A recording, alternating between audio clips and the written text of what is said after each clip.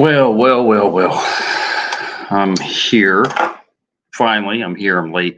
So normally, as a rule, for the last 5, 7 years or so, I have come on every third Sunday of the month. A little while back, I think the beginning of the year, I decided to come on the first Monday of every month, and so that's why I'm here tonight. Kind of unexpected for some of you. For some of you that do know, you already know. Speaking of which, a lot of you don't know this. So like, why is this tile guy that I subscribe to coming on a live stream? Like, what could possibly be going on here? So I go through this diatribe every time I do a live stream because there are so many new subscribers. I get probably anywhere from 50 to 100 subscribers every month, and a lot of them don't know what some of you guys know already. The reason I'm here is if you watch my videos, I beg for advice. I beg money for advice because I don't get monetized. I'm not monetized on YouTube from 2016 going forward. I don't make anything on YouTube. So therefore, I always ask for patronage. My Patreon members, thank you very much. $5, $10, $20 a month or whatever all adds up to where it motivates me to keep on coming out with content that you guys can enjoy for free. That being said, I also have my PayPal. My PayPal is specifically for people that want a one-on-one phone conversation with me. So I will talk you through whatever issues, whatever apprehension, whatever problems you're having in your bathroom renovation, shower build, whatever. And that way you can get this advice and you pay me $50 and I'll talk to you for 30 minutes.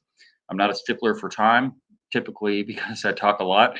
Typically I'll go on longer than 30 minutes. With a lot of people, an hour is not out of the question. And some people pay me. Thank you very much for the extra 30 minutes, and I appreciate that. But that's the only way that I can monetize myself. I don't have Teespring. I don't have T-shirts and hats that I can sell you with my logo and all that stuff on it. It's a little cheesy.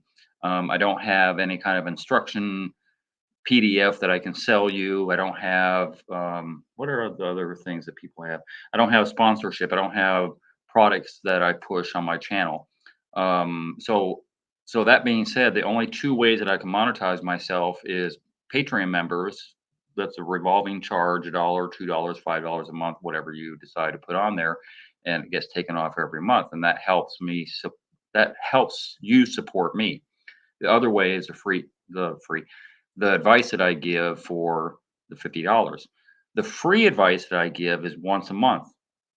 So once a month, I just feel like it's a responsibility. It's a it's a give back to the people who subscribe to me. And generally speaking, if you're coming on this live stream, you've already subscribed to me. And so this is an opportunity for some of those people that have questions, with all that being said that I said earlier about advice, about bathroom renovation, about apprehension, about doing a shower, et cetera, et cetera, et cetera. All those things that go into bathroom and or tile work that people need advice for. I come on once a month and I give free advice. Free. Doesn't cost you a thing. Having said that, it's a tiny bit more difficult to walk through some of the issues and all that stuff verbally. Well, strike that. It's easier for me to screen a question that's in the question box, and kind of get an idea of what your apprehension is or what your problem is, what the issue is that you're having. It's a little easier for me because I talk a lot better than I would be able to type out. Like, some people will email me and they're like, well, I have this going on, then it's like 4 or 5 paragraphs, which I don't mind, but at the end of the day, I can't respond in that same way. I can't sit there and type out what all the issues are if I haven't heard from you directly, then I don't know what the issues are. And that's usually where it leads into a consultation with the $50 thing. And so again, it's easier for me to kind of verbalize issues and stuff like that here on the chat. And I can do that for free because I can. I don't charge anything. That being said, if you do glean a little bit of information from me, I'm not opposed to you sending me coffee money or lunch money or something. I am not opposed to that. I have a PayPal account. PayPal is very easy to navigate. You don't even have to be a member on PayPal. All you do is sort through Bob Doyle. You look on PayPal for Bob Doyle and or my phone number and or my email address, and I'm easy to find on PayPal. so you can still throw me some lunch money if you want to, and it would be appreciated. Mr. Boulder, Mr. Vaughn, how you doing, buddy? Yeah, it's a little bit late tonight, I know. But the good thing is you're 2 hours behind me. So your 7:30 is what, 5:30? I think it's 5:30 in Colorado right now. So good for you. I'm glad to see you again. There are some of my live streams where I actually bring people on to my live stream. I'll drop that link a little bit later. Mr. Vaughn has been very gracious to come on this platform and come on with me on my live in order to kind of like sort through some of his opinion, because everybody has one on certain things and certain ways of doing things and all that stuff. So Vaughn is one of those people who've jumped on with me in the past. So I might drop that link a little bit later if any of you guys want to come on live with me. The thing about being live is you don't literally have to show your face, right? The cool thing about this platform, if you didn't want to, you could just voice. Like I will split the screen. You would be over here darkened out, and I could still hear your voice. Everybody in the chat could hear your voice, and so you don't have to show your face if you don't want to. I know some people are freaked out about that. Mr. Morales, hello from Wisconsin, eh? Cheesehead in the house. Setting tile in Boulder, Colorado for 28 years. Holy moly, 28 years. So, and that's why Mr. Bond has been so gracious to allow his opinion on some of this stuff, because as I said, I have my own way of doing things. I'm a bit of, well, sorry, I'm a lot of a maverick insofar as tile work and all that stuff, because I use logic and common sense and all that stuff rather than refer to manuals and books and stuff. And so a lot of people appreciate that and a lot of people don't. Hope all is well. Yes, Jazz. Hey there. How are you? Yes, all is well. I'm alive, so I must be blessed. Always here for the discussion. Of course you are. Duh. Here I thought you were on vacay in paradise, Parksville, Canada. Here, eh?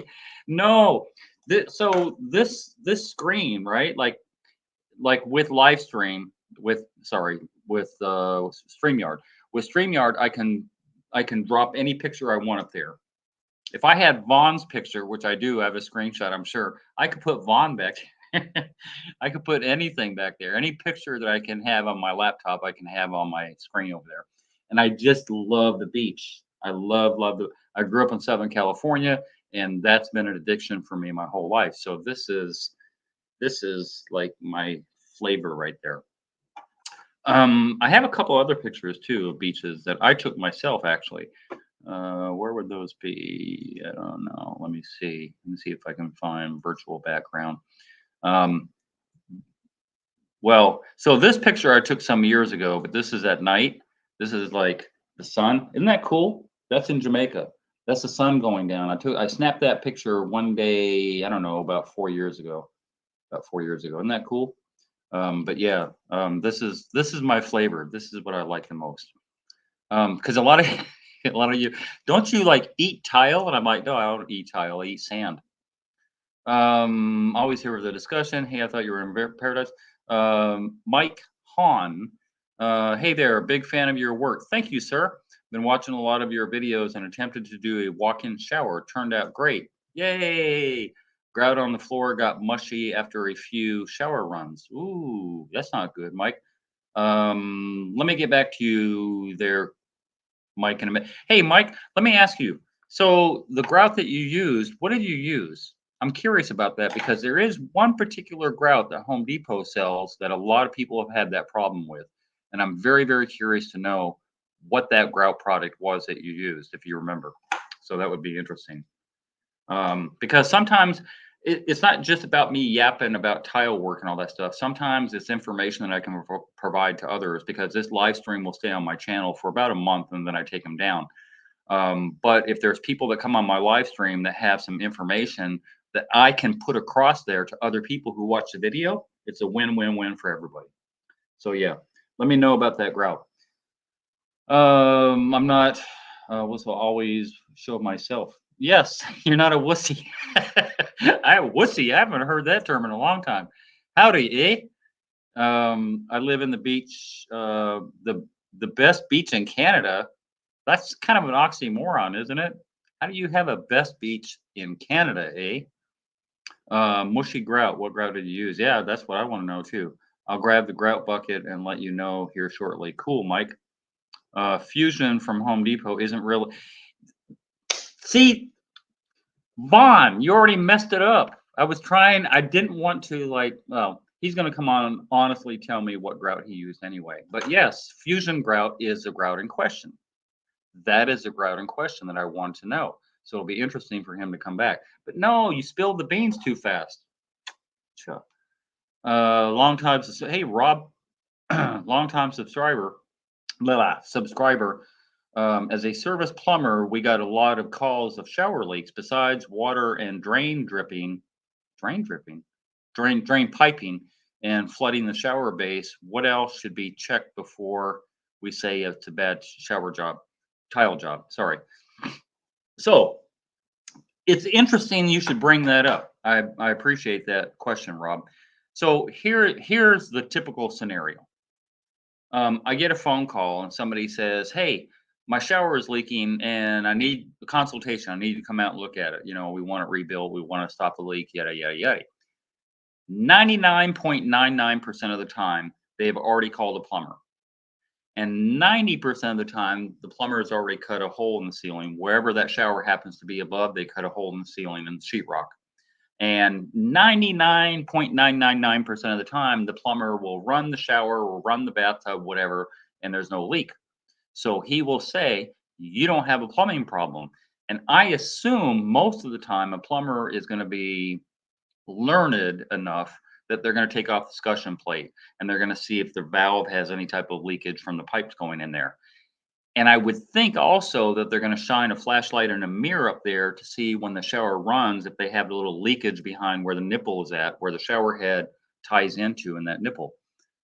If they've looked behind the wall already and they've looked under the ceiling already to make sure it's not a drain leak and to make sure it's not whatever it has to do with plumbing, then it has to be a tile job.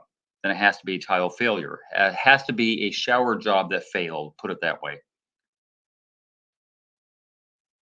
I have yet, sorry, two times ever, two times ever has it ever been a plumbing issue, ever. Of 100 jobs that I've gone on, only twice has it been a plumbing issue. And it's never been a, I'm going to say it like this, it's never been from a P-trap leaking, because once a P-trap is in there, unless it's a screw type, once a P-trap is welded in there, i.e. glued, primed and glued and all that stuff, it's never going to leak. It's just never going to be a plumbing issue. When I say it's been a plumbing issue, it's been operator malfunction of the drain flange and all that assembly.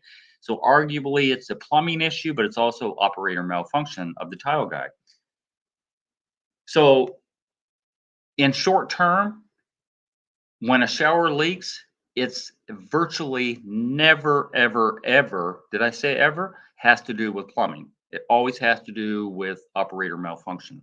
And it's and when I say operator malfunction, it could have been 10 years ago, it could have been 15 years ago, where they didn't waterproof anything, where the ends of the curb are usually the major malfunction. So what happens is you have the ends of the curb and then you have the drain over there. And so the ends of the curb will leak and they'll leak onto the plywood and they'll leak to the joining vertical and horizontal studs and all that stuff. And they'll get saturated 100%. They have that water has nowhere else to go. So then it hits the plywood. And as it creeps down the plywood, it finds this hole cut out for the drain. And so when it finds a hole cut out for the drain, people surmise it's the drain, but it's never the drain. Just never has been. So yeah, to answer, see how I go on? So to answer your question, Rob, almost always it's going to be operator malfunction on whoever built the shower. Almost always. Like I said, if somebody called me tonight and they said, "Hey, come check out my shower, it's leaking," I almost guarantee a plumber's been there, they've cut out the ceiling, and it's not a plumbing issue. It's always going to be operator malfunction.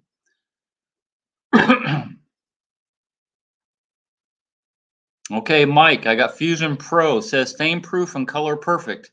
Okay, Fusion, isn't a shower pan rated? Thank you for the information, Boulder Vaughn. So I imagine I will have to redo the floor. Oh darn, I just flood tested my own pan and it leaked because I filled it too soon. Wait 6 hours for a pan test and fill it. I would use Prism for custom building products. Yes, regrout the pan.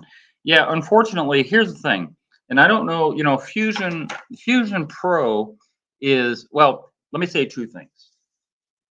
First of all, epoxy grout is an awesome, awesome grout. Epoxy is like the cream of the crop. It's like the best out there because it repels water 100%. The problem is a lot of people don't know how to work with epoxy grout, and it can get messy, and it can, especially with a very porous type of tile, especially with a natural stone, it can get very messy and it can cause a lot of problems. Plus, I don't like it particularly because it has an appearance of plastic. Like when you look down, especially if you have larger grout line, it looks like plastic. It doesn't have any like sand particles or anything to even imitate like it's actually grout. It looks like plastic. And because it looks like plastic, I particularly don't like it. That's one. The other thing is Fusion Pro decided that they were going to make a faux epoxy grout. It's going to be the strongest and the best and yada, yada, yada. Fusion Pro is also pre-mixed. And I would never, ever, ever, ever, ever buy a pre-mixed product. I don't care if it's grout. I don't care if it's thin set. I don't care if it's mortar. No matter what it is, pre-mixed anything is garbage. Just my humble opinion. And I think there are a lot of people that would agree with that opinion. Yes, regrout the pram. Fusion Pro is urethane based, not epoxy. Right. But here's the problem. Because custom building products so far doesn't have an epoxy grout, they, as I said, they've tried to emulate an epoxy type of grout. Fusion Pro would be good for, say, a backsplash in a kitchen. I guess you could use it on a floor of a bathroom or floor of a kitchen, but I don't see the point. There's no advantage. Let me put it like that. There's no advantage to using, for my opinion, Fusion Pro over Prism. And ironically, custom building products also makes Prism. Yes, pre-mix is definitely garbage. Pre-mixed anything is garbage. And here's the problem too. And for any of you, and again, putting out information for people, for the masses that might stumble on this video later. If you ever run across a bucket of pre-mixed thin set, do not buy it. Do not, do not, do not buy it. It will never dry, especially a large format tile. It won't dry. I'm just saying. When I first ran into a pre-mixed thin set, it was somebody who had set tile for my customer, and it was set, I think, 2 days before. And when I walked into the bathroom, it's still, we were doing 12 by 12 tile back then. So it was just 12 by 12, straight pattern and all that stuff.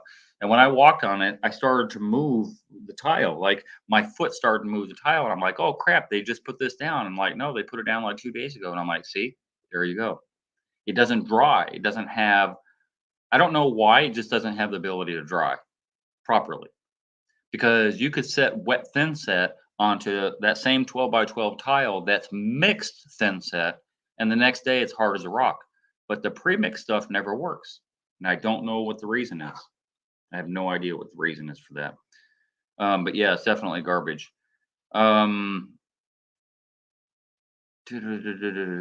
Service plumber, Fusion, grab the bucket and let you know. Thanks, Mike. Yeah, Mike, that's thanks so much for the information. I always use pre-mixed things. Oh no. Oh no. Well, hopefully you'll have better luck. I've just never ran into anybody. I've never ran into anybody who had any luck with pre-mixed anything. I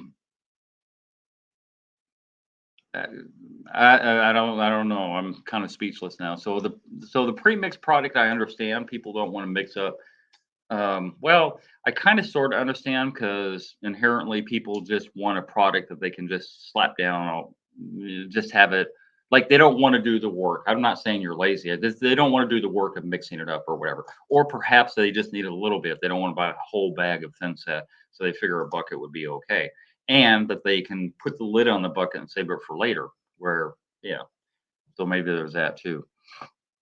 If you need premix, pump the here in the space. Pump the air in the here in the space. Would you say for a lot of time failed showers are the result of bad or no waterproofing? Heat. If you use premix, pump the heat in the space. Yes. Yeah, run space heaters or something in there. Um, when I say a lot of time failed showers are the result of bad or no waterproofing. No, I'm not going to say that because, well, okay, so let me explain. Let me kind of break it down to a simple level. Let's say let's say a guy who does tile work, but he's never built a shower before, or just somebody who's never built a shower before or done tile, right? And they get attracted by the price or something like that, or whatever reason they have motivated that they're going to try it. They're going to guinea pig their customer. And let's say, for example, they have their razor knife out and they're like, oops, and they cut a little slit into the shower pan liner. Let's say they did that. And all they did afterward is pour the mortar, put the wallboard up, and waterproof. Then that one mistake that they made is innocuous. It wouldn't matter because they've waterproofed the surface. So the little tear, the little rip, the little cut that they did in the pan liner is irrelevant because they waterproofed the surface. There are many, many showers that I go on where the tile guy messed up so badly that if all he did is waterproof, it would have negated all those mess ups. So, yes, you could say that if the waterproofing had been done, the shower wouldn't have failed. However, having said that, operator malfunction in such a way, let's say that the same guy that didn't know what he was doing didn't waterproof the shower, then that screw up where he cut the pan liner, or that screw up where he didn't wrap the pan liner, or that screw up where, like that last shower that I posted about a month ago or whatever, where the pan liner was literally cut at this level and it should have wrapped up the wall. Automatic failure. Automatic failure. A lot of mistakes could be made that could be mitigated by just simply waterproofing. So it's kind of six and half dozen of the other, I would say. But by and large, I will say this: it's operator malfunction 100% of the time. 100% of the time, it's operator malfunction. Whatever they did wrong caused the shower to leak. But I've never run on a plumbing mistake that caused a shower to leak. It's just never happened. There has been some plumbing mistakes made, but not caused the shower to leak. Put it like that. Let's see, Mr. Jammin. I argued your point on capillary action to my professor, and he wasn't privy to the term. So I showed the class the video and proved my point. It baffled him. A professor? Really? See, this is the thing. Georgia Tech isn't that far away from here. And at one point, when I was going through all this capillary action and water wicks and does all these funny things that you wouldn't expect, right? Because it defies gravity, in some ways. I would love to go to Georgia Tech student that is going to be a hydro engineer. Like, I don't know if there's such a term, there's such a job out there, but a hydro engineer. That's who I want to talk to. I want to bend the ear of somebody that's more learned, like your professor should have been, a professor at a college.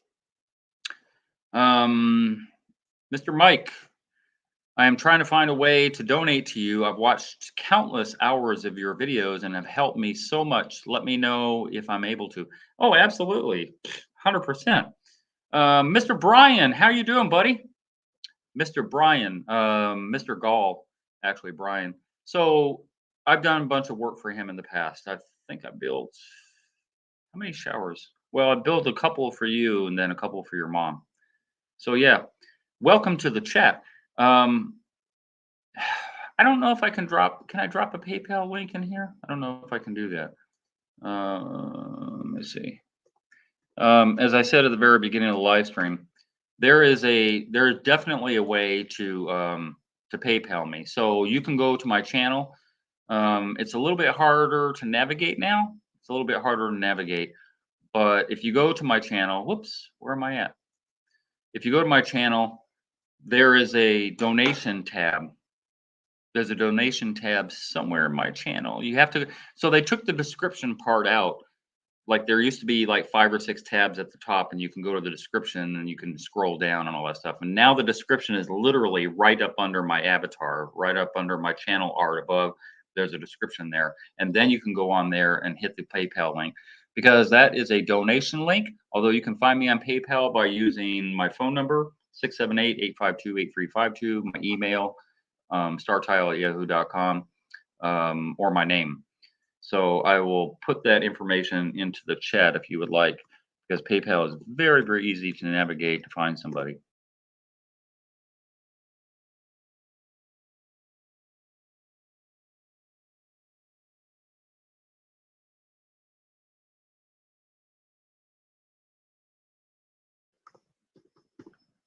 I'm having internet problems. I don't know why. I have a good signal. There's my email. Why am I having internet problems? I don't know why I'm having internet problems. 852. I think 8352. I think it's trying to tell me that I should leave. That I should wrap up the chat. Yeah, you can find me using my email. You can find me using my phone number. And of course, I'll put my name down there too. Make it easy on you. Make it easy on anybody.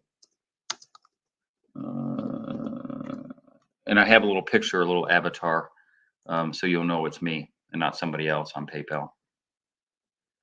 So yeah. Is my signal going out? What's wrong with my signal?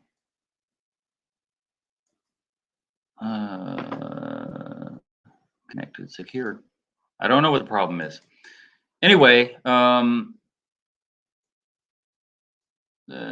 me put this in here too.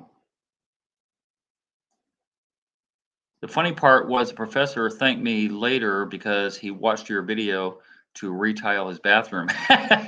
He said that guy is the best man. Oh my God, that is hilarious.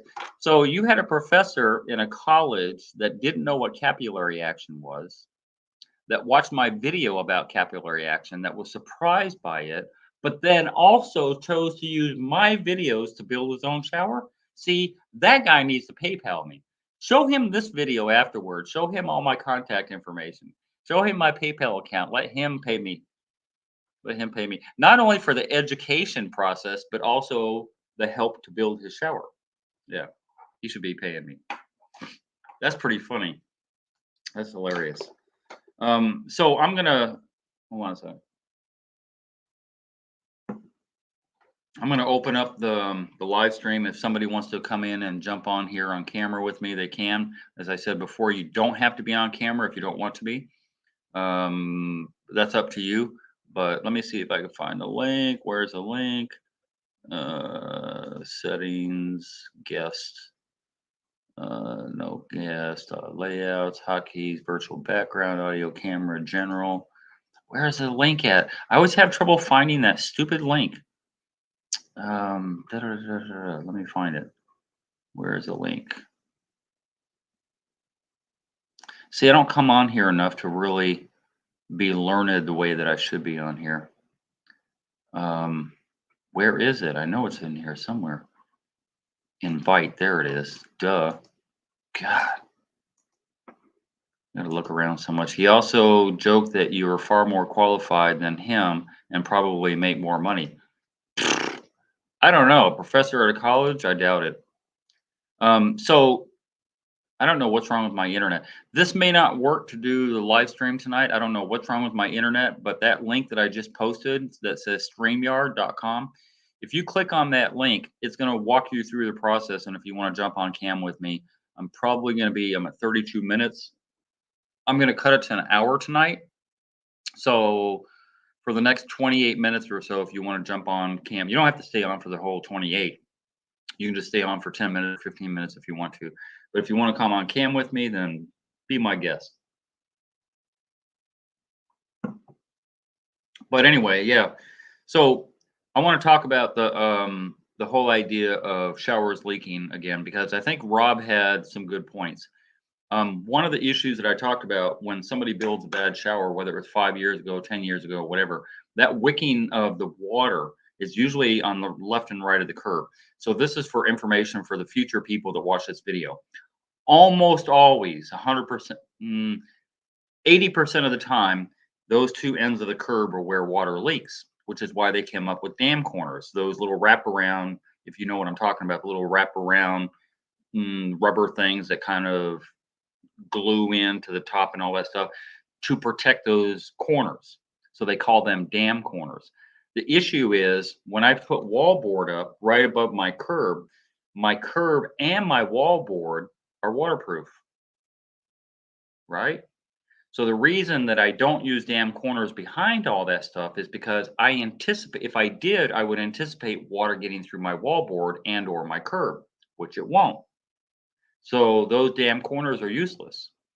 If we weren't waterproofing, if we were not waterproofing nowadays, would I use dam corners? Absolutely damn right.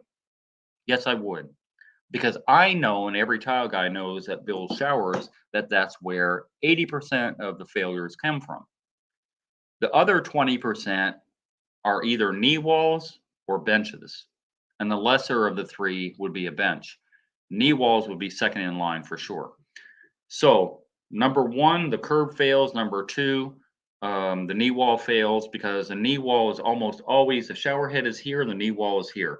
And the shower head is bombarding that knee wall constantly all the time.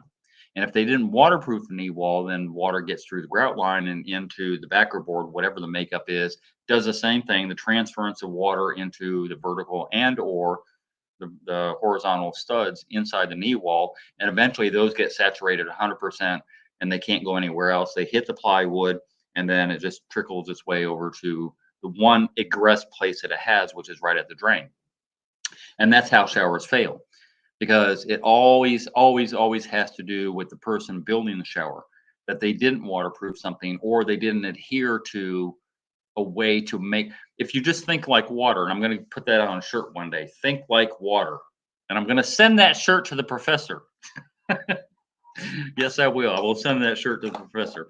If you just think like water when you're building a shower, if you're going to do it on your own, or if you're not doing it on your own, if you have a contractor and the contractor is doing a certain job, and then the second day, and then the third day, and you're peeping in on it every day at the end of the day, and you're looking at it and you're thinking to yourself, if I was water, I could get through that crack or I could get through that little, and then address that with the contractor the next day. Because that's all you have to do. Think like water. That's what I do. Is there any way for water to egress out of here in any way, shape, or form? And if you mitigate whatever it is that you did wrong or they did wrong, then you've got no problem. Problem solved. And likewise, if you don't mitigate, then yeah, you're going to have a problem in the future. It's just a given, just a given.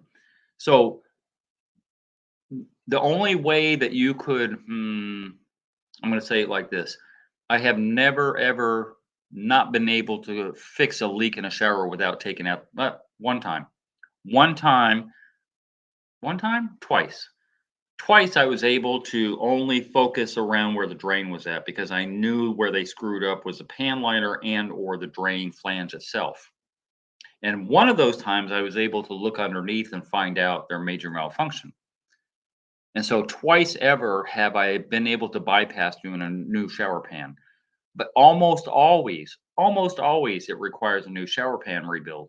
And the problem with a shower pan rebuild, there's a lot of contractors out there that so I've been told by other customers, they ended up being customers. But I've called a lot of people and these guys came out and they looked at it and they're like, "Oh, I won't do a shower pan." Why? Because I can't guarantee that there'll be no problem if I only do the shower pan. I have to do the whole shower. And that's garbage. They want to do the whole shower because they know full well that they can charge 8, 10, 12 grand to do a whole shower, but they could only charge about maybe 3 to 5,000 to do a shower pan. So why do they want to make 3 or 5,000? The other issue, and kind of like piggybacking on what I just said. A shower pan itself is almost all of the prep on a shower. Almost all the prep on a shower is a shower pan.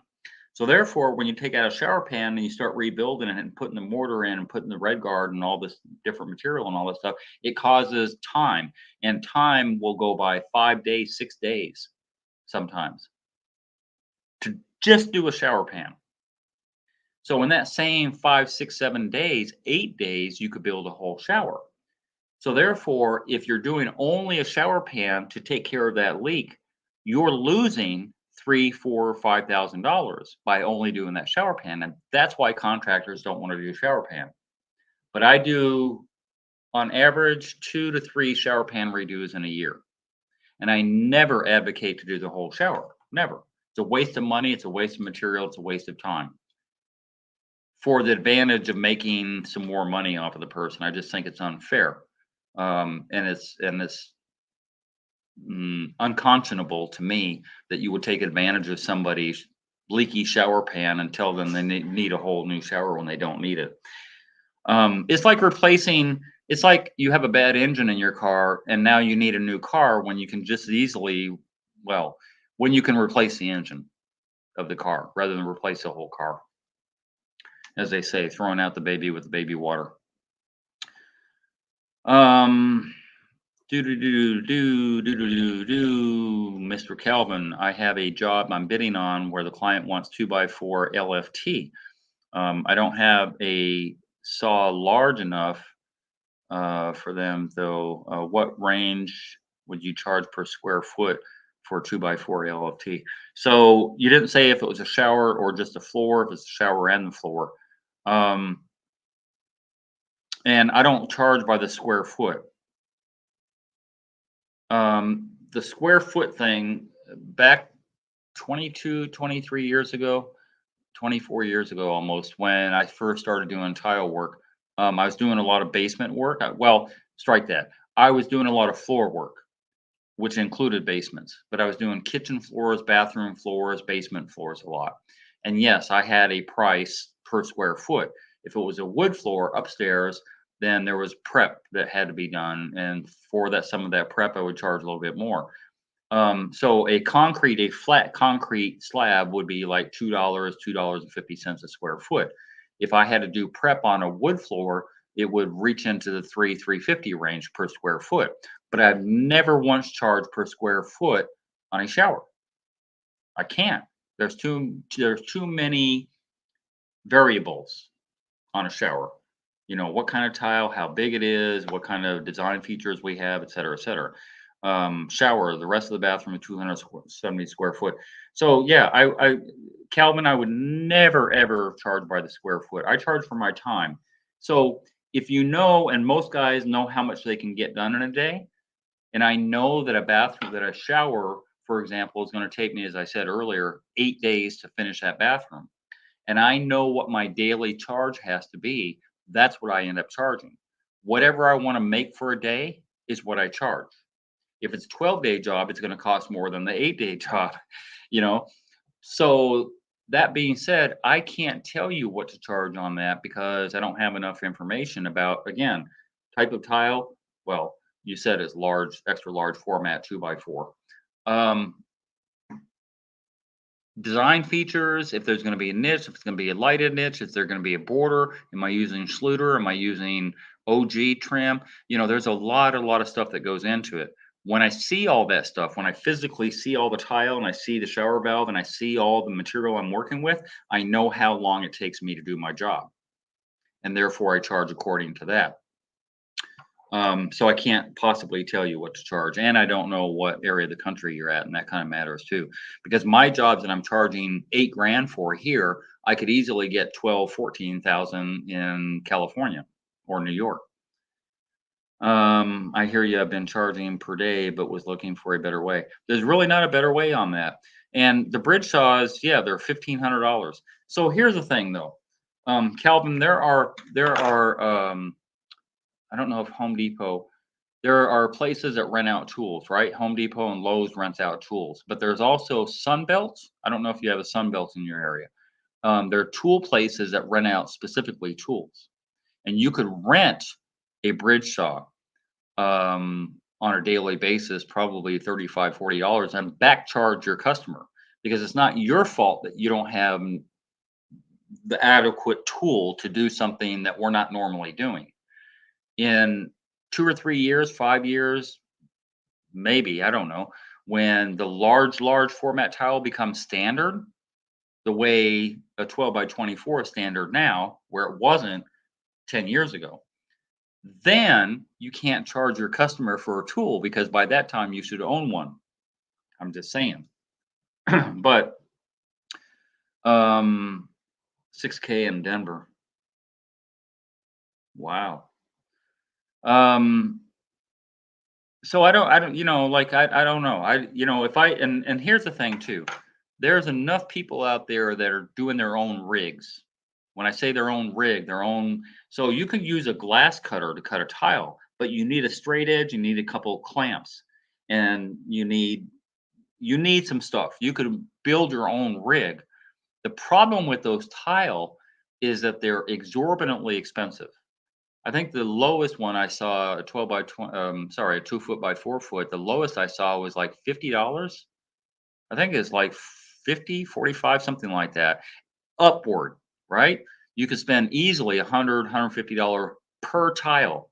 And if you make one mistake on one tile or two tile, you're losing money because now you have to go and buy that replacement tile. So the bad is on you. That's the problem with not having the right tools. But I would still look into renting, no harm and no foul on that. Except for the customer is going to get the bill on it. Yeah, I'll have to check into the rentals. It seems to be coming standard. The LFT is all around. All the designers want it now. I know, right? It kind of sucks. Rob, my favorite video of yours is where you use Red Guard inside of the cardboard box and filled it full of water, and the water evaporated, no leaks. Exactly. 3. The first video I did, I don't remember now, like 8 years ago, something like that. The first video I did was just a standard cardboard box. I think it was actually a shower valve box, and I just painted a couple of coats in there and let it set, and little evaporation happened. But I showed on the exterior of the cardboard that nothing happened. The other video I did, what's it? The other? No, yeah, the second video I did was a big giant 2 foot by 2 foot, 2 foot. Yeah, it's like a 2 foot by 2 foot sheetrock box. And that sheetrock box, I literally glued with caulking to make all 4 sides work. And then the bottom part was sheetrock as well. Again, 2 coats of Red Guard all the way around it. And probably, I think it was 5 gallons of water. I think it was close to 4 or 5 gallons of water set in there for like 12 days. And nothing penetrated the sheetrock. And it wasn't even green board, it was just sheetrock. Not that that would matter. I mean, green board is just impregnated with a mold and mildew inhibitor. But I'm just saying it's basically paper that I'm dealing with, right? So you could arguably say it waterproofed paper because it did. And then the third one was the mock-up of the different products. There were 4 different products that I used with a mock-up shower pan, and those were also in cardboard boxes. And so I painted up the cardboard box, and of course, nothing leaked out of the mortar or the cardboard. Mr. Vaughn, I see you there. Nice and clean shaven. What the hell? So I'm going to ask you about that in a minute. But let me get to these other questions real quick. Thanks for your time. You are most welcome. Mike, have you ever tried using tile ready shower system yet? Seems like the best way to go with a 4-inch integrated splash wall. No, I have not used that yet. Here's the thing. I'm very focused on not, let me put it like this. I spend my customers' money as if it were mine. If it were my money, would I buy that thing? Is there an advantage to using those products? Here's the thing. The advantage for tile guys, they claim it'll get me through a job quicker. But if it gets through the job quicker and you're charging by day, are you going to now discount that shower bill? No. So you're making your customer spend exorbitantly more money for a product that gets you through quicker but you're not passing on that savings to your customer. So it's disingenuous for me to make my customer basically foot the bill for making my job easier or faster when they're not getting the discount. So no, I haven't used it yet. I will one day because my customer will buy it for themselves, and then I will be able to use it at that point. But no, I'm not going to by default start doing that.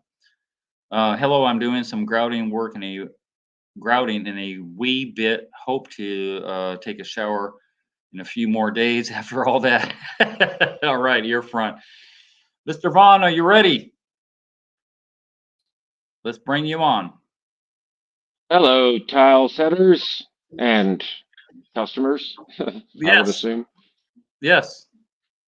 So I would agree with you. You know, a lot of those gimmicky, tile ready or shower systems are just a way for people that don't know the traditional setting techniques and methods to break into the industry. So there's a lot of that. There's merchandising. And I've been to Schluter conference, uh, Mape, custom building. You know, they all want you to think that this new way is better than the old way. Just because the TCA says it's allowed doesn't mean it's better. So the guy asking earlier goes, is waterproofing the failure point? I think your answer was exactly. Uh, it's the curb, it's the knee wall, it's the bench seat, it's the niche. Hmm. Well, I've never It's had a not niche fail. not if you built it right. No. No, no, no, no. I'm saying that a niche has never. So the thing with a niche, because it's usually a rectangle, right, and the water just kind Hmm. of right off of it. It doesn't have, it has a little splash because you're in the way and it's splashing off your shoulder and all that stuff. But the tsunami that people think that a niche is just not it. Well, and if it's built correctly, down, over, like a waterfall, Right. where's that water going to go? It's going to go down the drain. Exactly. And what most people forget is that uh, uh, in the United States, the wettest area in the United States gets 900 inches of rain per year. Olympia, Washington is actually the wettest place in America. It's not Hmm. the coasts of Miami or LA or any of that. 900 inches. The average shower of 1.5 to 2 users per day gets 10,000 inches. Mm. It's the caulking. It's usually the caulking and the non-maintenance of the shower in the seams of the movement because it's not moving as a system.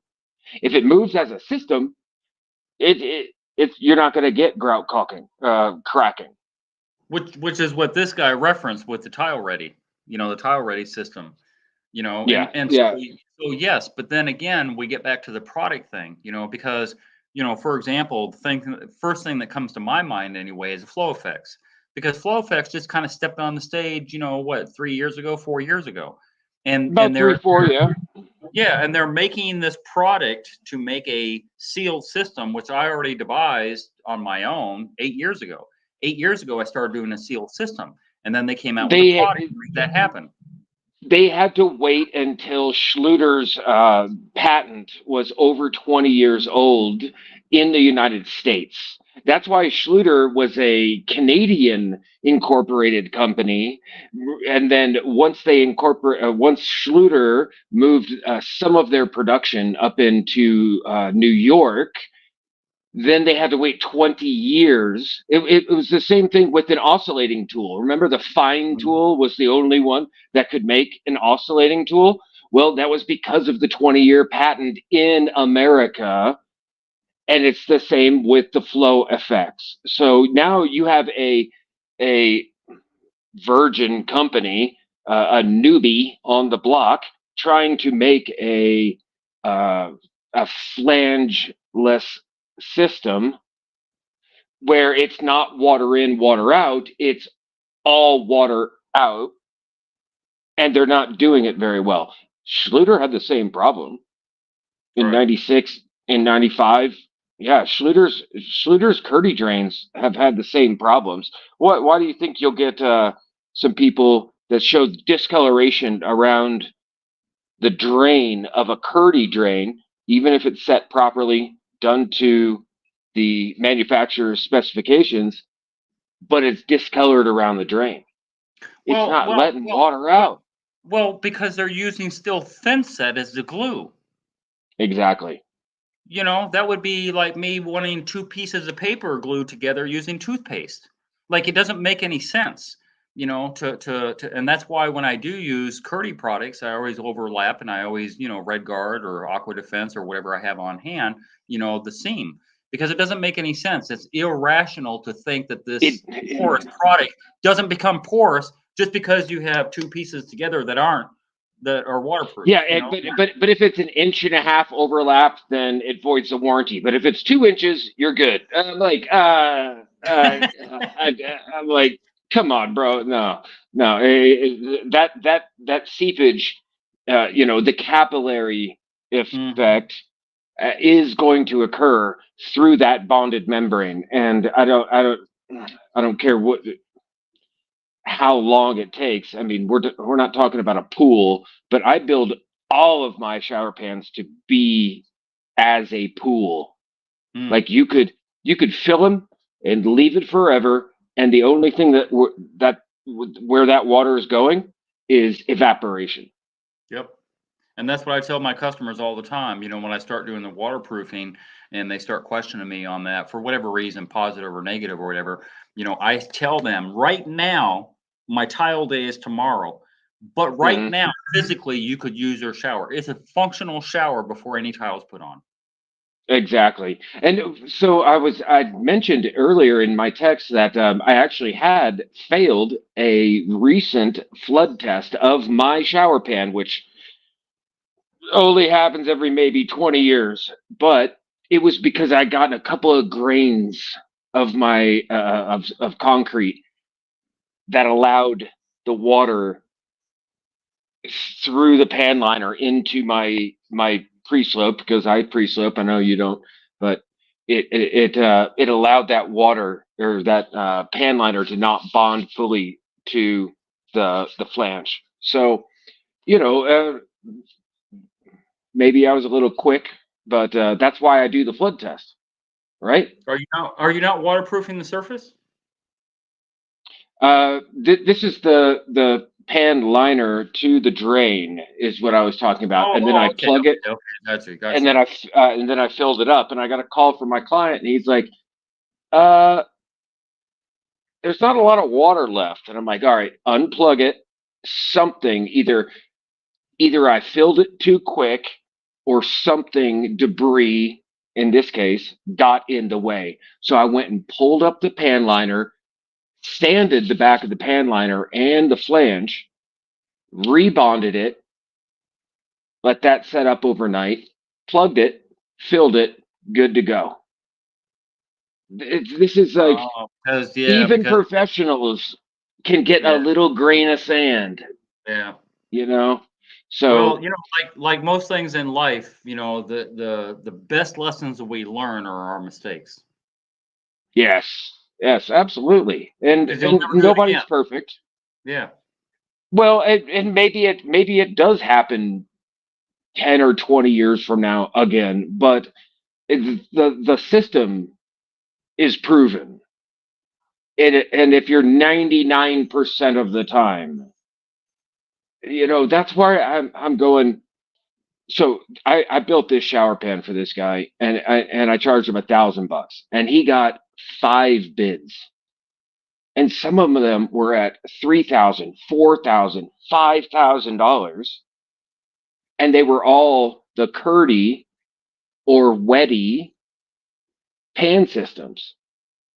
And I'm going, man, for $150 out of concrete and rubber, I will make you an absolute just no wood on the curb. I don't do wood curbs.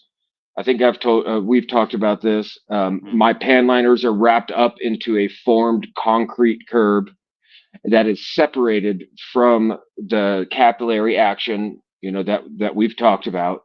So there's Yes. no way for all the water to not go down those weep holes, down the drain. And look, I'm wearing a Schluter hat. Like, you see it? Like, Yeah. Yeah. like I'm not opposed to Schluter.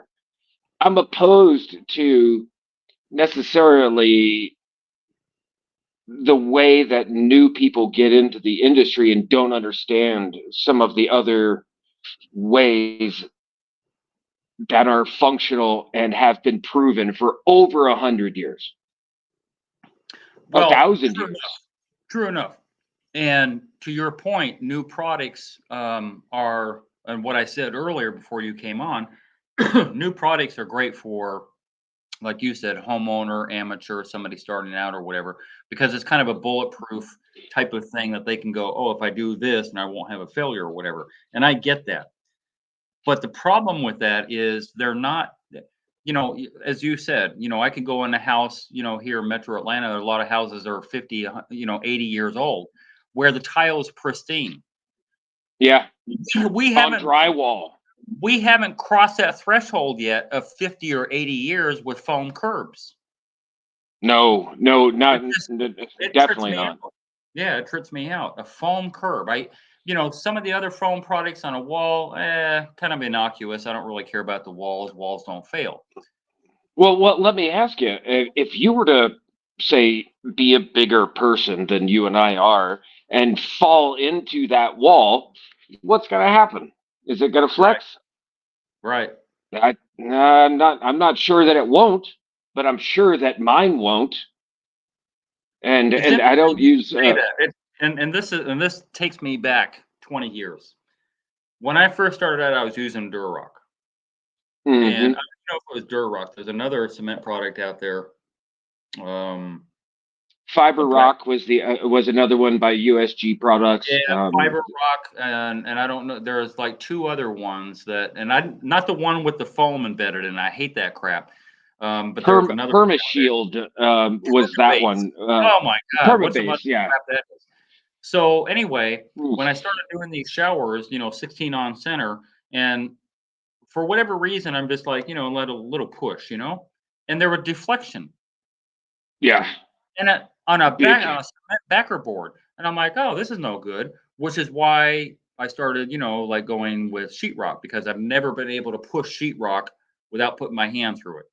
And so, Yeah, because of that deflection, and the same what you're talking about with foam boards can deflect. And if you have, say, it wasn't a large format tile, there's a lot of smaller tile that we're doing now, the brick pattern tile, that we used to do on backsplashes and all that stuff, ceramic tiles, stuff like that. Yeah, if you're sure. drunk or a bigger type of guy or something like that, you could fall on it and have a problem. I don't know that that's not going to be a deal breaker for me not to use a backer board on a wall. But with all these other products and the foam curb, that just I don't know, that just it just I can do a foam pan. That's not a big deal. The tileable foam pan with the compressed type of foam, not the foam that you're Yeah, yeah. yeah. I could do that. I don't know that I feel good about it, and I don't know that I give my customers a discount, as I talked about before I brought you on, because it took me less time. I don't have to pour a mortar bed and all that stuff. Oh, I'm going to shave off $1,500, so I don't have to do this other work. I don't know if I would go there or not. I tell people I'm not Russian. I'm an American, and it's going to take as long as it takes. And and that's a oh, joke that that was a I've good always little been. twist of words. You're not Russian. Yeah, I'm not Russian. So it's going to take as long as it takes to do it right. And the way that I do it is proven. The ways that are sold, and it's really a bunch of fancy marketing, if you It ask is. me. Now It is. now can it survive? The average length of a shower is still only 20 to 30 years, so probably. but it does it help me sleep at night? No, no, it doesn't. I So don't think there's not a lot of people that, even 50 years down the road from the 1970s that are happy with their shower or their bathroom, with the pink tile and the OD green tile and blue tile and all. They're not happy with it, but they just know it's going to be pricey to renovate it. So like you said, about every 30 years, somebody's going to come along. Things change, as we've seen in the last 20 years, where they're just going to go, no, I need to upgrade. So we're not staying with something like you said, old school, like in Europe, where they're just going to stay with whatever was there for the last 200 years because it hasn't failed, and they're okay with that. if not if not 1,000 years, I like to tell my clients, like, look, your house could burn down and my shower's still gonna be here. Yeah, well, not a Like, foam one. not a foam one, no, no, but my concrete, rubber, and yeah. But you get the point. It's like Yes. you could go through an earthquake and they'll be like, oh, there's a shower over there. That's how Yeah, I want to build it. exactly. So, if you do it right, and yeah, it's expensive. I get it, and even more so, I'm looking at the guys that I've raised and trained over the years, and he's going 25 grand for that shower, and I'm going, no, bro, that's 6 grand. He's like, I'll hire you at 6, charge the client 25, and then take off for the islands for a month, Mm. because I don't get it. I'm in these tile groups on Facebook and Instagram, and you always get these questions from homeowners like, how much should this cost? And I'm like, you, okay, if you're in Georgia and I'm in Boulder, Colorado, yeah, the cost of living is different, but the competition is different, the regulations are different, the permitting processes. We don't have a lot of permit and licensure in Colorado, thankfully. We're a largely deregulated state, but if you were to say go to California, that's a major thing. So you can't really get a good price point for the same amount of work, like you were saying. Do you have a niche? Do you have a bench seat? Do you have is this a custom pan with a curb top? Um, do you do the plumbing? Because some states you can't do the plumbing. I can. I can. Right. I do the whole bathroom. So I can give my clients a value on saying, okay, if you hire your plumber to come in and say do the valve and do the tub, and that's going to be 5 grand. Well, now your bathroom's at 20 grand. But if you hire me to do all the plumbing, all the tub, and all the tile work, then I can do the whole bathroom for 20 grand. So it's price Well, point. not only that, but at the end of the day, I want to be responsible. If there is a problem later on, like you ran into with your customer, Yes. oh, well, it's a plumber's problem, or it's a sheetrock guy, or this guy. I don't want Yeah. the finger pointing Finger straight at pointing. the customer. Yeah. Yeah. So if I Yeah. do it inclusively, there's no way that I could skirt my responsibility, and I don't want to because I don't want my customer to have to go through that drama. Agreed. Agreed. And that's why I do it start to finish. Up here, I'm allowed to do that as long as it's existing. I'm not talking about Moving, trenching a new right. or moving systems. I do the radiant heat. And let me ask you this: what radiant heat system do you like? Well, I don't. I haven't done one yet. Not one. Not one.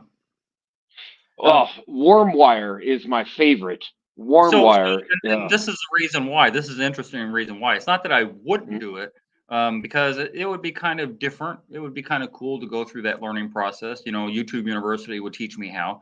But Oh, one I of the got videos private. I just send you. Ju- but one of the reasons why is because when I've had half a dozen people say, I want heated floor or whatever, I'm like, well, the first thing you need to do is hire an electrician because your panel box is way over there in the garage and you need a dedicated line going way over here to the bathroom. Oh, not wow, that's not gonna be pricey. always. Well, Only over 100 square feet. I don't know what the code says, but in my mind, if it's eating that much amperage, yeah, you're gonna have a dedicated line. You're not gonna pigtail onto something else. That's just I'd my say 20. I'd say 25% of the time that you would need a dedicated line would be if it's over 100 square feet or if you're using a 240.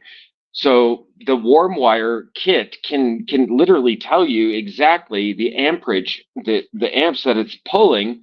So if you had a 15 amp GFCI in the bathroom, you can tap into it for a 30 square foot normal bathroom.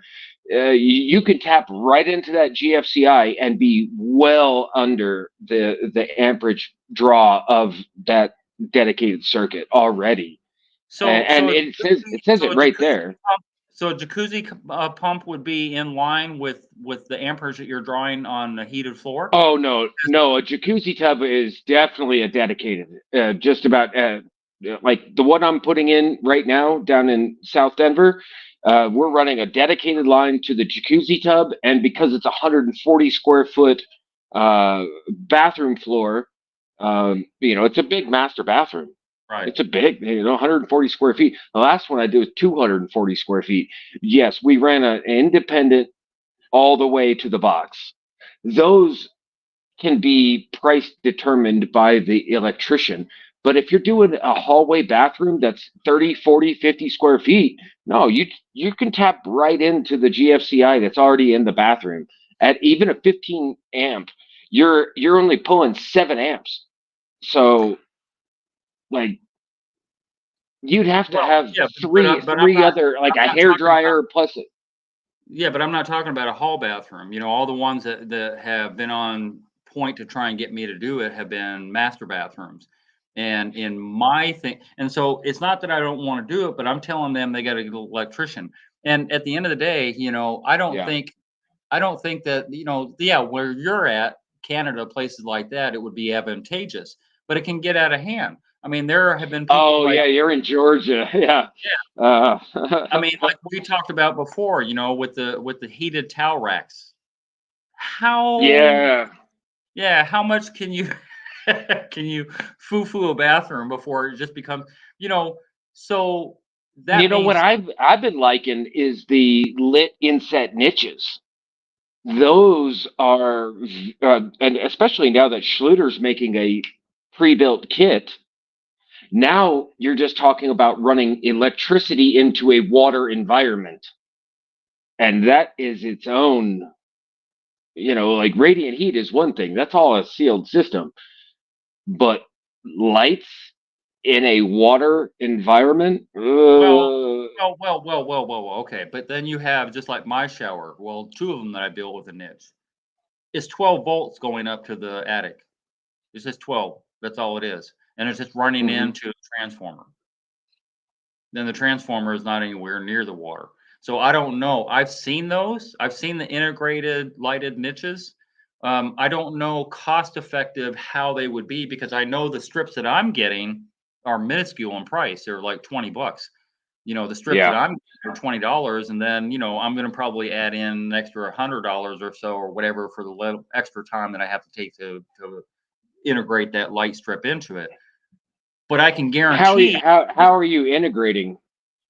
So the solid strips that I get are not the roll type that Isaac used, where he welds the ends and all that stuff. That's not the roll type I'm using. I'm using the standard. They're a aluminum strip that's already got the lighted thing in it, and on one end Nice. is 2 voltage wires, and on the other end has the wires. So whichever end you're not using, you just clip those wires off.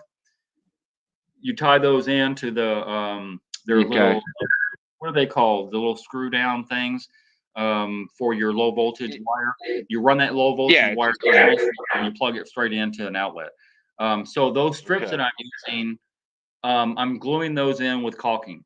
And the reason I'm using caulking, I don't want them screwed or any glued and screwed and all that stuff permanent because if they ever do, although I can't imagine an LED light ever going out like hours and hours and Yeah. thousands of hours of use, I just don't see that. I never use mine. But that being said, they could literally pull that out from the caulking. if they needed to Okay, replace so something.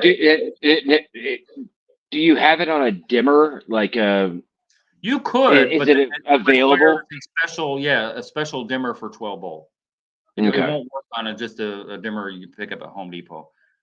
Yeah, you Yeah, see, I think that that is one way, and I've done several dozen of them, and uh, some of them have been the rolled LEDs, and some of them have been the Schluter, and the Schluter is cost prohibitive.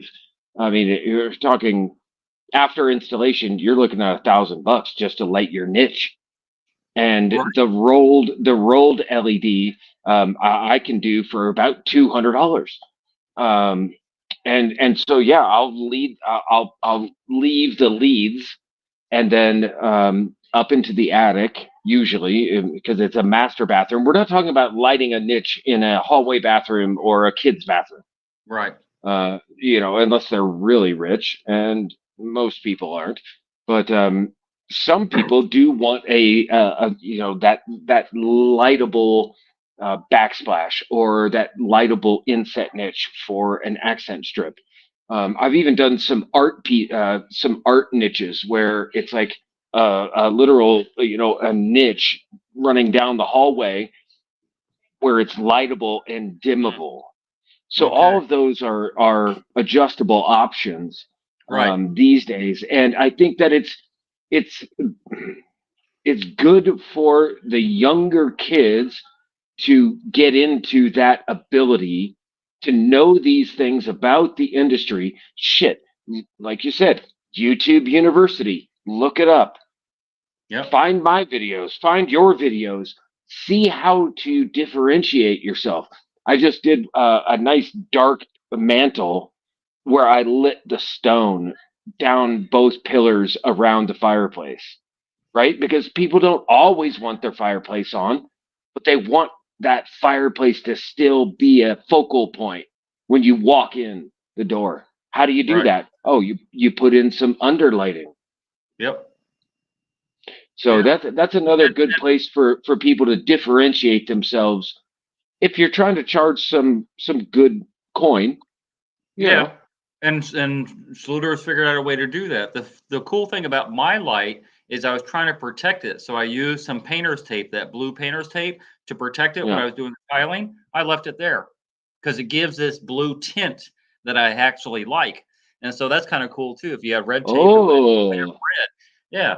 And so that's kind of cool. Although they do have, the multifunctional lights, that I did 2 or 3 years ago, where it's some remote and you can literally set how bright it is and how dim it is with the remote hmm, and change the color of the lights, which is a bit much. I mean, for a bathroom. I mean, guys are in there, 10 minutes at best. yeah, yeah.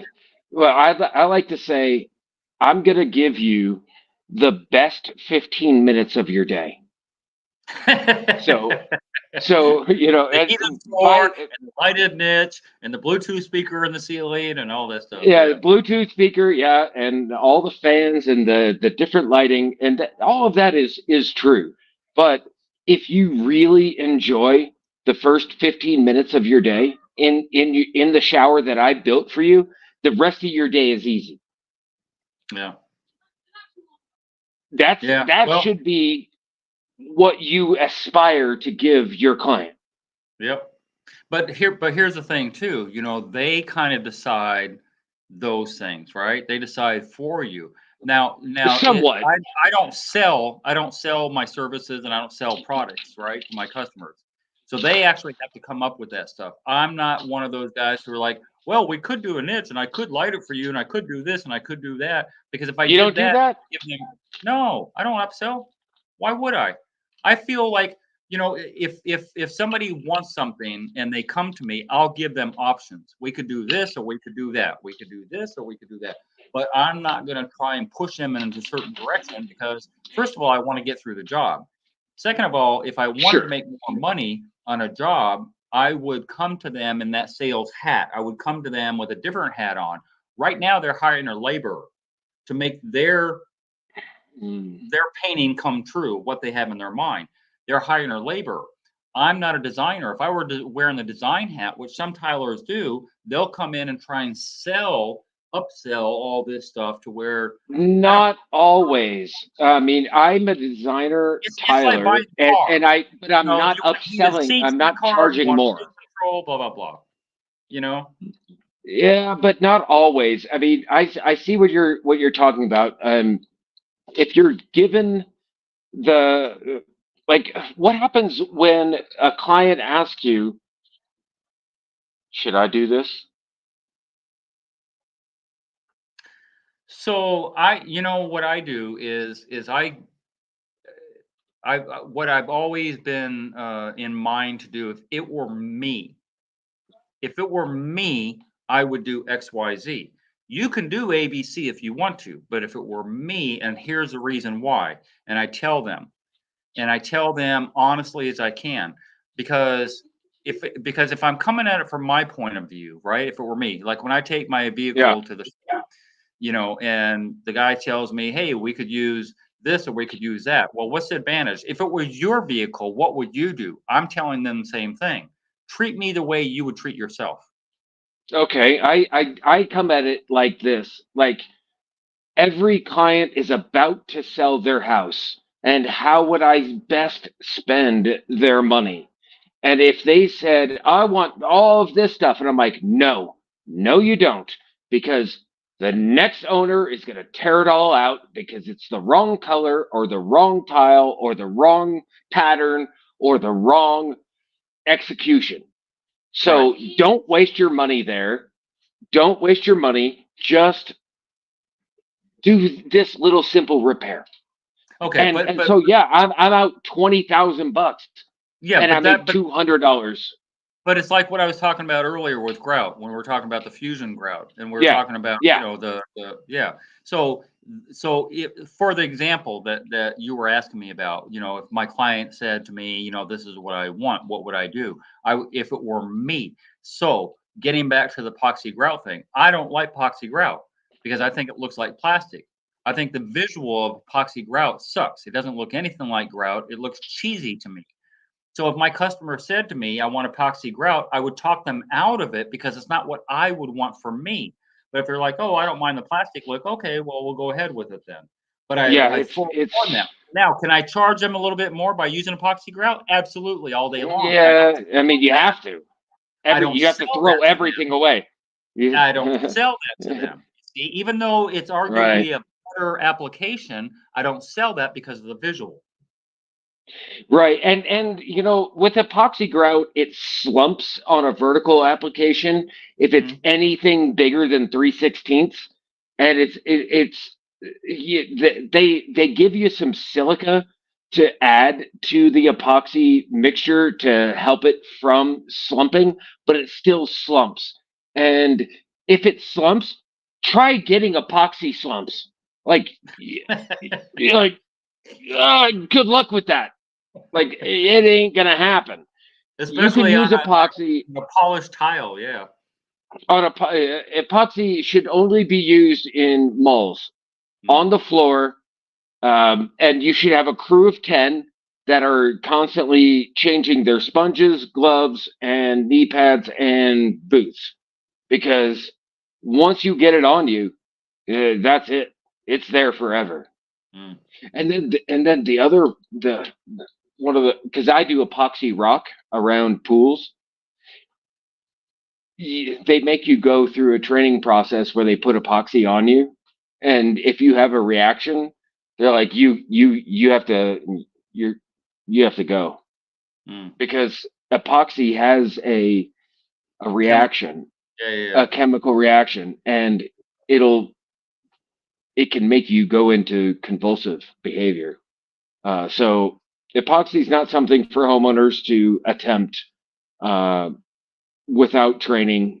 And I have commercial epoxy grout additive um, ready to go if requested, but Oh, I will talk. speaking of Schluter that you mentioned earlier, and homeowners trying Mhm. to do their own thing. Did you happen to see the little clip? And I don't remember where I saw it. It might have been YouTube, but the little clip that they were doing, that Schluter was doing, they had a little booth set up. I think it was maybe coverings or something like that, which I don't attend. The Ironically, surfaces. surfaces or coverings or Mhm. one of them. where Schluter has come out with peel and stick Curdy. Yeah, the last Schluter event that I went to, and I recommend everybody across the industry sign up for your next Schluter event. You know why? They put you up in a hotel, they buy you drinks, you're there for 2 or 3 days, you get free tools. It's wonderful. I've done it like 6, 7 times. The last one that I went to, they pulled out the peel and stick. And I Yeah, go, fuck. I'm not going to curse on your channel. yeah. That. I stole that clip, and because I can do that on my laptop. I have a little pro. Well, it's for everybody, but anyway, I stole the clip, Yeah. and I'm on the fence whether or not I want to talk about that because they're coming out with a product where your Yeah. thoughts. I don't. I'm just I going. won't do it. Yeah, like why? The, Okay. So let me be clear because I'm a maverick. I mhm. don't believe in this uncoupling bull crap to begin with. We've used backer board for 20 years before that crap came around, and I've never ever ever had a floor fail because I used backer board. Whether or not I glued it, screwed it is irrelevant. Okay. Right. But a backer board arguably still is an uncoupling membrane. The uncoupling is just the floor moving like that between the seams. That's all it's doing. That's all it's doing. And if you've got a good, 3/4 inch, 5/8 plywood, it doesn't have any deflection to begin with.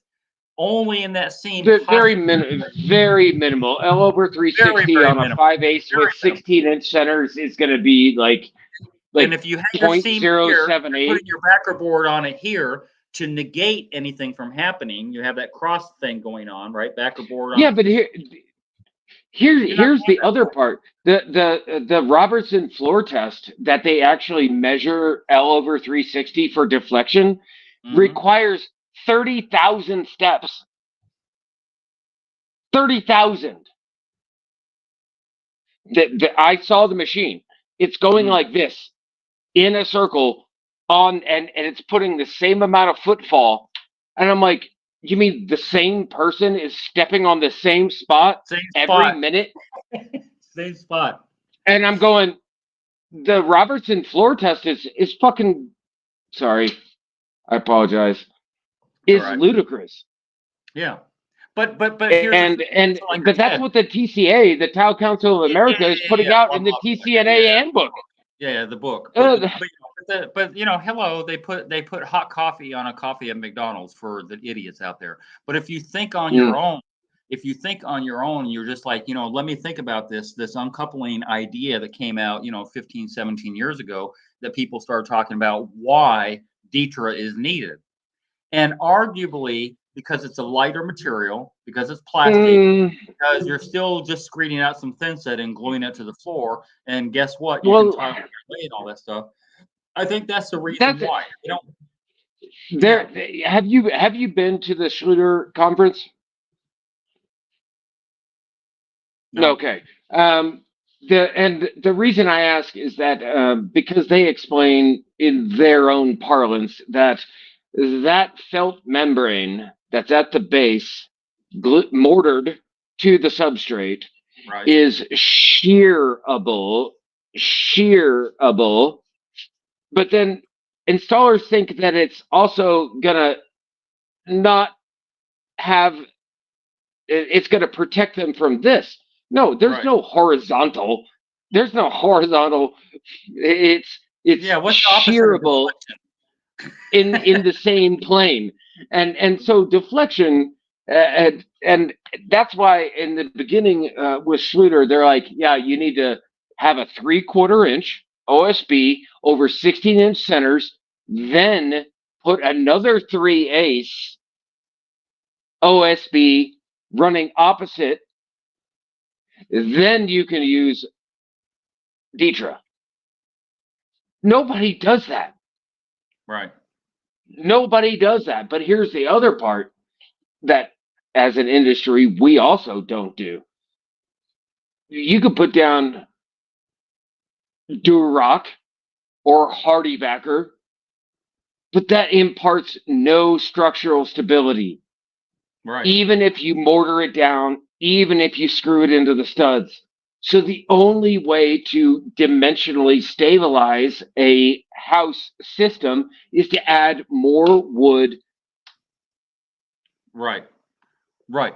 And I get that, and that's the conundrum that you run into, because now you're heightening that threshold going into the next room Yes. or And rooms. and everybody's worried about the threshold.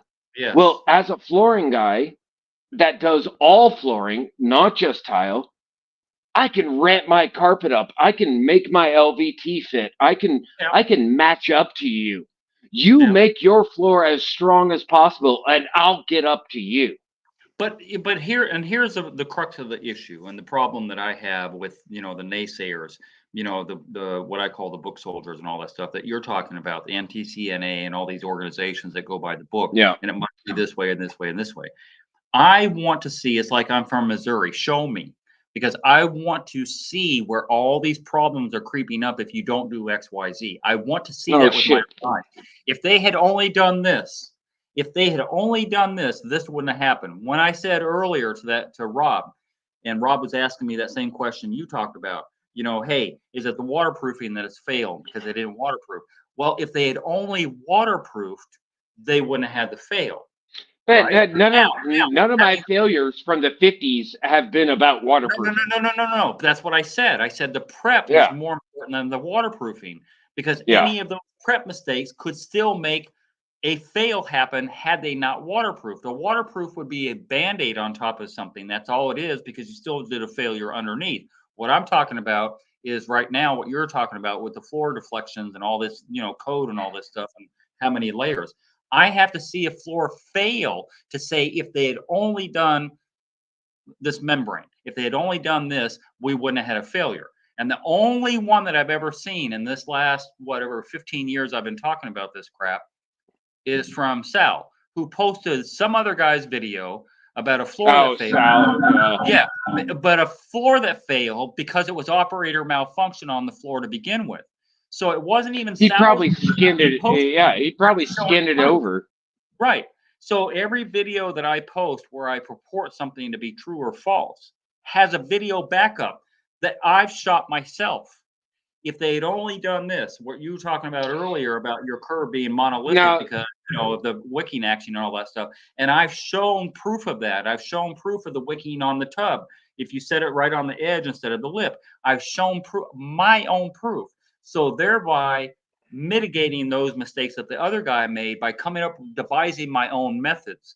Even with I Isaac on his last agree. video that he posted on Friday, he credited me at the end about showing him something he didn't know, which how would you This know is that? why I respect you so much, because we've been in the field, we've been on the battlefield, and we've done the work. Right. And there are tried and true. There are things you can say should work or shouldn't. That's the NTCA and the TCA, handbook. But in the field, what actually works for 20 years, for 30 years. Right. And that's where your videos, and I'm looking at them and I'm going, I can't, I, as a tile guy, I can't fault, I'm like, no, I'm showing it to my guys, you know, and I'm showing them my videos and I'm saying exactly the same thing. This, you just can't learn out of a book. You can't You got to refute get it out in the because field. yeah, because you can't refute the evidence that I provide. And that's all I ask for from anybody on the platform. Show me the evidence of what you're talking about, because otherwise it's just blah blah blah blah coming out of some book somewhere. And that's why I call And them book. and the other part is you can't rely on the manufacturers No, like hell no. Mape, No. Schluter, Custom, Latacrete. I don't care Right. where you are. Ardex is a new one into the field of mortars and grouts. You can't rely on those reps. those reps haven't been in the field for 20 years like you and I have. Well, And not only then that, it's they're like, commission oh, here, based. use my product. No, it's commission based. Anytime you got a commission based, sales weasel out there, that's what it amounts to. And they're not even the true sales weasels. They're like the captain telling the soldiers, which you and people like you that go to schools are, to sell their product for them. It's the Yeah, same they mantra. want to get that. Yeah, they want to get Okay, the. okay. Let me give you an example. Let me give you an example. Yeah, And this is so on point with what we're talking about right now. That literally just happened this last month. So talking about flow effects drains, right? So I've right. seen at least 3, if not 4 people using the flow effects drain. 5 years ago, 7 years ago, 8 years ago, when I was painting the surface of my mortar pan with Red Guard, they're like, "Oh my God," their head were blowing up. "I can't believe you're waterproofing the surface. You're not supposed to do that. That's not what Red Guard's for. That's not what you're not supposed to waterproof the surface." And then guess what? 5 years later, all of them, from Isaac to Sal to everybody, is waterproofing their surface. Exactly what I've been doing for the last 6, 7, 8 years. Exactly what I've been doing, but they're using a I've been product. doing it for 20. I've Right been now, doing it for 20. product Yeah. with that product in mind, the flow effects drain, and I see them using it. Oh, Keith was nice enough, or Chris, or whatever the guy's name was, to give me a couple of these products so I could test it out. Blah blah blah. So they're getting the free products or a kickback on it or whatever, however deal they made, right?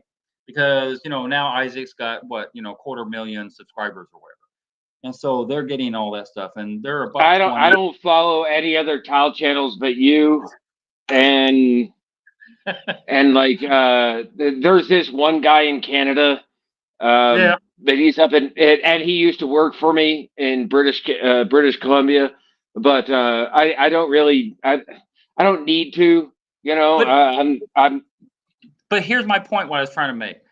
And so you got to follow that string of information that I gave you, right? With the flow yeah, effects yeah. string and everybody doing it now, and everybody pushing it on their channel. Because guess what? Isaac's now selling them in his store. So I don't know, he's Yeah, getting a discount on them or whatever. So hold on. So they're pushing this product. They're the sales weasel, same as Schluter is when they offer the class. So they're the sales weasel. So all yeah, and home there it improvement is. buying the flow effects drain. So flow effects comes to me about a month ago, and they send me an email and said, "Hey, you might want to check out our drain system. It's a good product and blah blah blah." Straight from flow effects, and I'm like, "Oh wow, they finally reached out to me." So I'm going to get one of these, like drains, or maybe 3 of them or 4 of them to use or whatever, so I could test them out myself, and again be their sales weasel. And so I'm like, okay, Ooh. cool. That'd be nice to have one. Guess what they want? They don't want me. They're like, what tile stores do you deal with? And I said to him, there's only one in particular I deal with, and that's the tile house, like directly. And they're like, Yeah, well, yeah, we got one in Denver. yeah, Yeah. give us their information. Give us their information, and so we can kind of collaborate and all that stuff. And so I waited. I hesitated for 2 or 3 weeks or whatever, and I finally got Charlie's card, his business card, because he owns the tile house. And he finally gave me the card, and I finally posted it and sent the email to this guy that was going to send me a drain, or so I thought. So then I said, "Here's Charlie's card, and you might want to send me one too with a little, emoji on it." And he's like, "Yeah, we'll think about sending you one." Not their words, but mine. "We'll think about sending you one, possibly. I got to check with my boss about that, but we're more interested in Charlie because he's going to be able to sell the product out of his store." So they're more interested in seeing. Oh, That's why they came to me. They don't care about my channel or that I get, 100,000 subscribers, that I can sell their product to other man. people. They want this in with Charlie, so that And Charlie. Charlie's never set a shower pan, never built one, never set tile in his life. Well, I don't know about all that, but I'm saying the nefarious way they came about it is a marketing ploy for them to sell more product, and they're not going to sell it through me because I'm not on par with 200,000, 300,000 subscribers. But I guarantee if I had 1 million subscribers, they would hand me a whole box of them. Oh, I guarantee you, by the time this kid right here Hmm. is set in tile with me, after he graduates, Yep. um, yeah, people are going to be throwing products our way, going, "Hey, promote this, promote that." And from what I've seen, flow effects ain't that good. Um, Well, I you mean, know, you know, I and so the way that and I'm not impressed by the drain necessarily, or the, like I said, my way of doing it is 50 gallon, or sorry, a $50 jug of Red Guard yeah, and an $8 tube of silicone around the drain. That's it. silicone. Yep. Yeah, $58.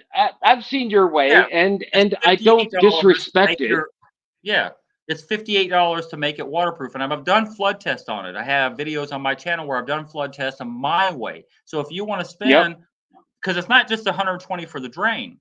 You still need the cloth material, and you still need the corners and the strips of, blah blah blah, like your wallpapering a shower or something like that. I don't get that. Yeah. That Yeah. just I doesn't. agree. But at the Man, end of the man, and I tried to disprove you on a few of my own installations, and I couldn't. And so I was like, all right, I'm going to incorporate it. And now your techniques are incorporated into my techniques, which are rubber and concrete. Now, we different on like the pre-slope. right, Okay, I have to have the pre-slope because it's Boulder, Colorado, and they have to, see a pre-slope. And I'm fine with that because it's just, I charge 150 a trip. I charge like $800 to build a shower pan, and these guys are like, I need a $2,000 Schluter kit, and then another $1,000 to put it in, and I'm like, what? Uh, good thing about Schluter is their stock. If you had a couple of $1,000 that that you didn't care if you burned or not, I'd throw it in the stock because it's not going anywhere but up. And It that's the best. and it probably won't. It's like Tesla, it's eventually everybody's going to have some. But how much bullnose have you put in the last 5 years? Bullnose tile. I haven't. It's all Yeah, Schluter. exactly. Yeah, Zero. yeah. So But I but mean, but here's the beauty of that. Sometimes there's a specific edging that my customer wants that I have to use Schluter. But Custom Building Products has their own at Home Depot. So it's not I yes, don't use Schluter by default, but that's like calling, an igloo a cooler where everybody calls it an igloo, it's still an igloo. So I'm just saying that it's an edging profile is all it is. And whoever makes it, I really don't care.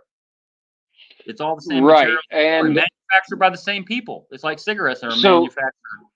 Yeah. but well, with the Schluter, they have the 1/8 out bump Mm. that I hate. I hate it. I'm like, I want to get closer to Yeah. that metal edge. No, they want your grout line to be there. And they want your grout line to be there Yeah. because you can't get closer. Right. I want the custom where you can butt it up to 30 seconds. Mhm. So Mr. do you use clips? Leveling clips? Yeah. Oh, all day long on large format tile. Yeah. Which one so we have like several in the industry. Ramondi Ruby Yeah. being kind of the most prevalent. Um, So here's the thing. Back about 2016, I want to say 2015, 16. There was a guy who's doing very, very well on YouTube here in Atlanta. He's a Polish guy. His name is Michael. And Michael, at that time had like 78,000 subscribers. I was really jealous. I had like 4,000 at the time. Um, wow. and Yeah. Michael got into some family issues where he had to stop doing his work. And why he stopped doing his work and then started going with perfect leveling system and started soliciting their product and started working with them directly. So I went over, there's a video on my channel with him meeting where we two met for the first time, even though we've been on the phone together some other time. So Sure. his garage, he had all these boxes of these leveling clips and the wedges and like the little tool to put them together and all this stuff and blah blah blah. So Yeah, before the little I left, clamps and yes. So levers. before I left, he gave me some sample. He gave me, I think, a bag or two of the clips and a bag or two of the I just forgot the name of the wedges. So today, from 2015-16, I still have the wedges I use over and over. Ah. The clips, I buy the cheapest ones possible at Floor and Decor. It's $45 a bag for I think 1,000 or something or Yeah, 500. yeah, it's Rudy, Yeah, Ruby. Yeah. So the Ruby Ruby clips clips. is what I use because it's still my customer's money, and I don't want to spend another $30 or $40 for the clips, and then I just use the wedges over and over. So I don't have a Right. preference. I don't push a product when all the product is to me is a tool. That's No, all I it got is. a bucket of them out here, for sure. So I'm not knocking, but coming from where we had to do it before the clip system was, prevalent. Yeah, but that was Uh, 12 by 12 and 13 by 13 tile. It wasn't the 12. no, I mean, I was doing huge flat slabs without clips. Uh, not recently, and I do commercial, and here's one of the reasons I asked that. Um, at Denver International Airport, Mm, every single place where the clip was on the slab is right. where it's cracking. It's Mm, hollow. yeah. I mean, think about the system. Well, so, but there's not disputing that a lot of those large format tile, the 12 by 24s, are bowed just through the firing Oh, process. They're bowed. these are 4 foot by 4 foot Well, okay, but perfect Maronite, yeah, and they but then still they're different. bow. Yeah, Yeah, but they're they still bow. different grades. They're different grades. The Chinese are popping out boxes all day long that say rectified on the end of the box, and they're not. Oh no, these are made in Colorado, in Marble, Oh, Colorado. okay. Yeah, yeah, Marbonite is made in Colorado, and they're making 4 foot by 4 foot slabs. But here's that part: you're correct. It's still a baked product. Yep. It's still susceptible to weather, Yep. temperature, Yep. and then once you pick it up, it bends this way. I mean, what people don't know is go down to Lowe's or Home Depot, pick up a 1 foot by 2 foot tile, and look down it Right. and see if you can't see a bend. Yeah. No, I did a video about 5 years ago where I went through, for my customers' sake or future customers or whoever watching the video, different types of tile. And I laid them out on Oh, my I've couch. seen that one. Yeah, Yeah. yeah. And so I literally showed two tile face to face each other and spun it. And it spun like a top because of the Yeah, bow in it. you spin it like a top. Yeah. I tell my clients, think of it like a cake. Hmm. Okay, you bake the cake, that's your tile, and then it's lowest on the sides and highest in the top. Put Yep. one of those on top of the other and then spin it. Exactly. We had the Yes. same conversation with her clients. Yes. So, Mr. Vaughn, I got to get going. We're almost 2 hours out. I want to answer a few more questions before I sign off here. And I still got Hey, to eat. Zay. Yeah. Uh, Oh, here's my helper. okay. Well, soon the helper thing will be calluses on the hand. Right now, with my son was helping me up taking material upstairs and all that stuff. But at a certain point, if he stayed with me, he would have been laying tile, putting backer board down, doing all the physical stuff I really needed him for. Exactly. All right. Yeah, Well, I appreciate the invitation, and we'll see you soon. absolutely. Thank you, Vaughn, for your interaction. I appreciate it. Have a good week. You too, sir. Yeah, so sorry about that. Me and Vaughn go back some months. He likes to. Something happened. Is he used to have a beard and all that stuff. I forgot to ask him about that, but yeah, he was. He's a character. You know, one of the things about Vaughn, he's multitaskable. Like he just not just knows tile and all those specs that he was throwing out there, but that guy's a woodworker too. I didn't go and have him show his staircase, but he does a lot of stuff around his house with wood, which I'm really appreciative of because you know when I was young, I used to be into like making the pine wood derby when I was a Boy Scout and all different types of projects with wood and all that stuff back in the day. So that was very cool.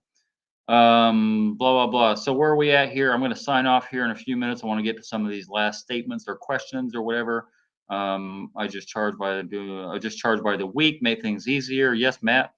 I have found it best to recommend what is the industry standard or normal, but then tell them what I will do, however decide. Exactly, exactly. It's always best because you know, most of my customers have never ever been through any of this stuff before, never been through this before. And so for me not to offer my own opinion on something, despite and regardless of can I make more money off of this job, no, it's disingenuous.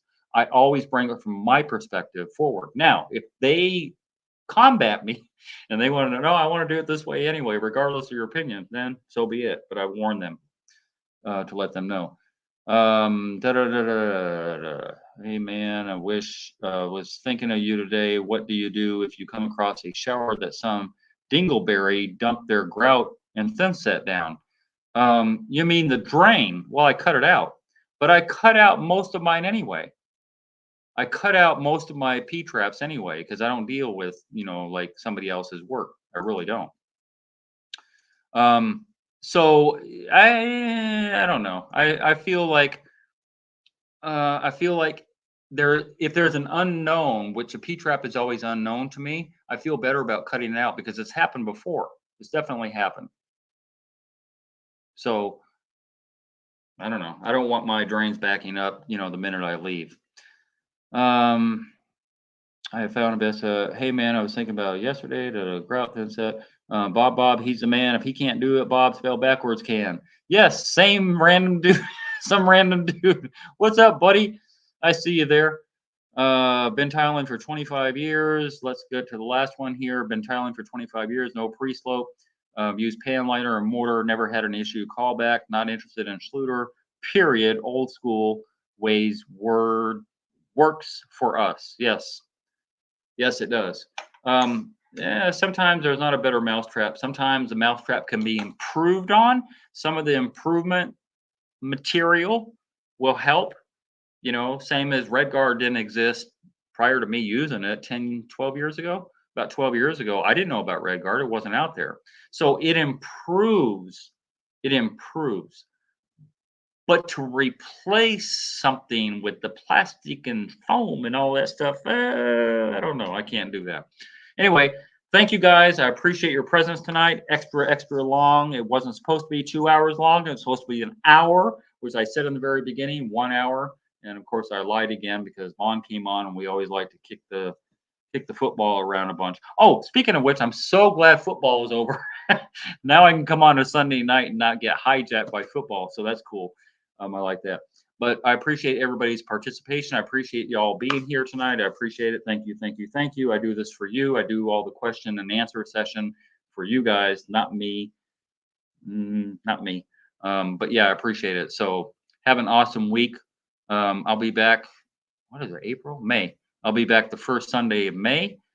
So look forward to some of your questions. Try and get those questions together right now because you know might be important later to you on another project you might have. I don't know.